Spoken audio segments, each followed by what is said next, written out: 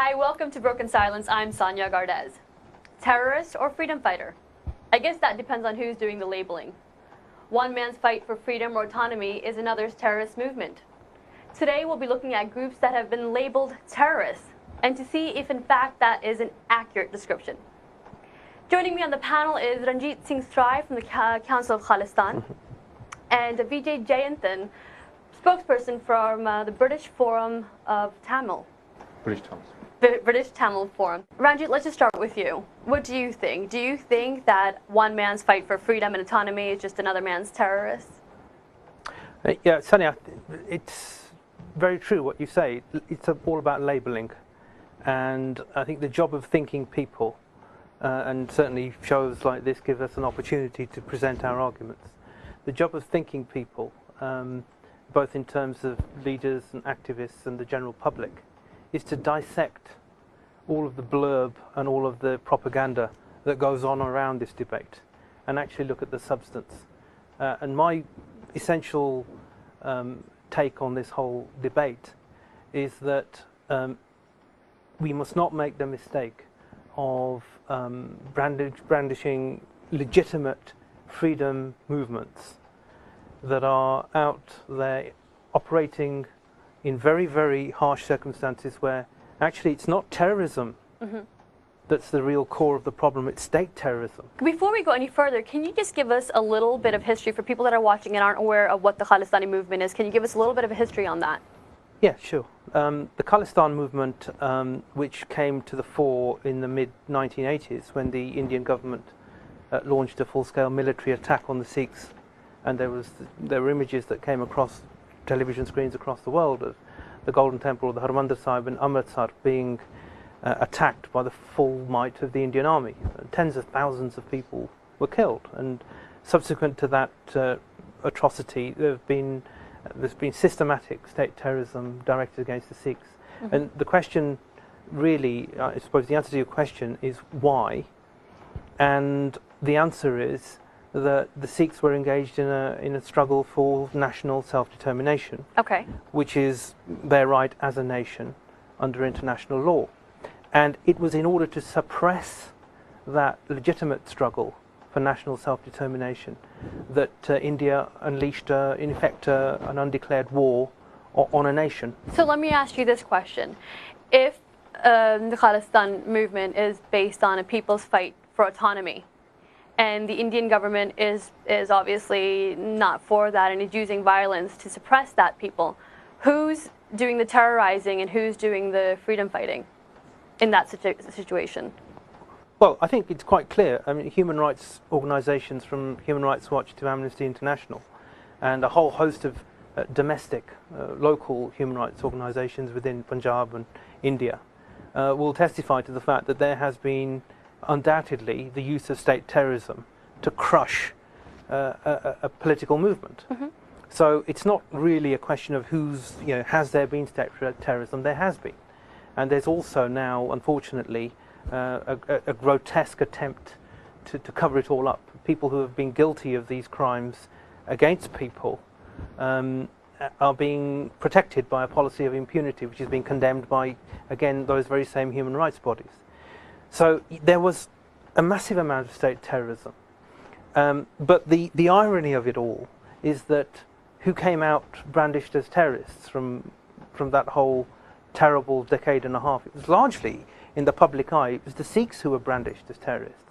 And the reason for that is obviously it was a huge propaganda machine operating for the Indian military and political establishment to say that the people who were causing the trouble, it was effectively a law and order situation. Right, okay. Whereas it wasn't a law and order situation, it was a political dispute which they sought to settle through military means. So when a nation is using violence to get its way, because the definition of terrorism is using force or coercion for political gain.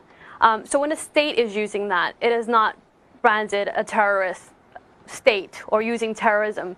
It's basically trying to keep its nation under control. Yet when people are exercising that same freedom of standing up for what it is that they want, what their movement believes in, they are labeled terrorists. Do you see that changing? Well, that's it's very true, and it's unfortunately a manifestation of what politics has become. It's expediency, it's self-interest. States that have power seek to maintain that power, and through what has effectively become a club of states, the United Nations, right, they very often abuse that power in order to maintain the status quo and to deny people their legitimate rights. But I'm not completely without hope here, because there is, despite the so-called war on terror and all of the paraphernalia that has gone with that, the ratcheting up of legal measures to curtail movements and right, their supporters, and also the media hype that's gone around that. Well, the war on terror has done more to incite terrorist acts than anything. I mean, just this war on terror has done more damage to America than Al-Qaeda could ever hope to do. And we'll get to that in a second. But Vijay, can you just tell us a little bit about your organization and a little bit about the Tamil Tigers? Right. I personally am not a member of the Tamil Tigers, and I think we represent the British Tamil diaspora here. Right. We obviously engage with the parliamentarians, and we've had several democratic protests and peaceful protests in London.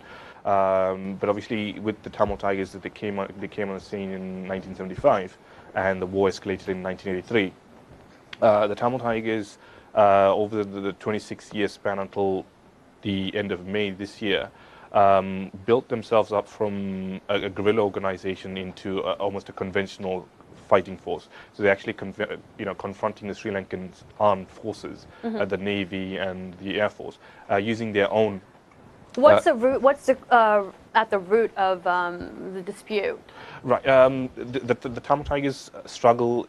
We can look at it as two aspects. One being the struggle for right to self-determination of the Tamil people on the island. Okay. And secondly, more importantly, it's a self-defense against state-sponsored genocide of the Tamil people. And we believe and the vast majority of Tamils feel, is that the Sinhalese majority have state power. The Sri Lankan army is Sinhalese, the police are Sinhalese, all the state power belongs to them, the presidents have consecutively been Sinhalese. And they are trying since 1948 to eradicate the Tamil identity on that island. So that means bringing in the Sinhala Only Act in 1956, which meant that everyone on the island had to learn Sinhalese and communicate in Sinhalese. In just 1 year after independence, they disenfranchised 1 million Tamils, so that means they had no voting rights. In the last, since 1983, another 1 million Tamils have fled persecution and gone abroad. Another 300,000 at the moment, according to the Times, are languishing in internment camps in Vavania. So what we believe, and for example, if you look in 1981, where they burnt the Jaffna Library, which held so many valuable Tamil records. Right. Okay. That was basically a kind of attempt by the Sinhalese majority to eradicate the Tamil identity. Well, you're talking about state-sponsored genocide, yes. and however, the Tamil Tigers are known as the terrorists in this scenario. Why is the UN just sitting back and turning a blind eye to state-sponsored genocide in both cases? Why do you think this is happening, and is that going to change? Well, we hope it's a very a controversial issue, because what's actually happened in this year alone. The Times at the beginning of June had a front page article where they said 20,000 Tamils had been massacred on the beaches of Sri Lanka, right. And the world ignored it. And this is according to certain news agencies who monitor the UN have actually said the Sri Lankan crisis this year had been Obama's major international conflict, and obviously Hillary Clinton and others have actually taken steps. They criticized the Sri Lankan government. They've travelled to Sri Lanka. David Miliband has travelled to Sri Lanka, and they've recently on Friday the US, France, and Germany got together and said that they weren't going to approve the IMF loan because of the gross human rights abuses of the Sri Lankan government. So they recognize that the Tamils are facing a really brutal regime, a brutal state that is intending genocide, but at the same time, we're looking at geopolitical issues as well. So obviously, the Tamils internationally don't have many friends, and I think it's with China playing a regional role in that. Sure. There's a lot of controversial issues. Well, we were speaking before the show, and I asked Ranjit this, and Vijay, I'll ask you the same question. We're talking about freedom fighter or terrorist. You're watching Broken Silence. We'll be back after this short break.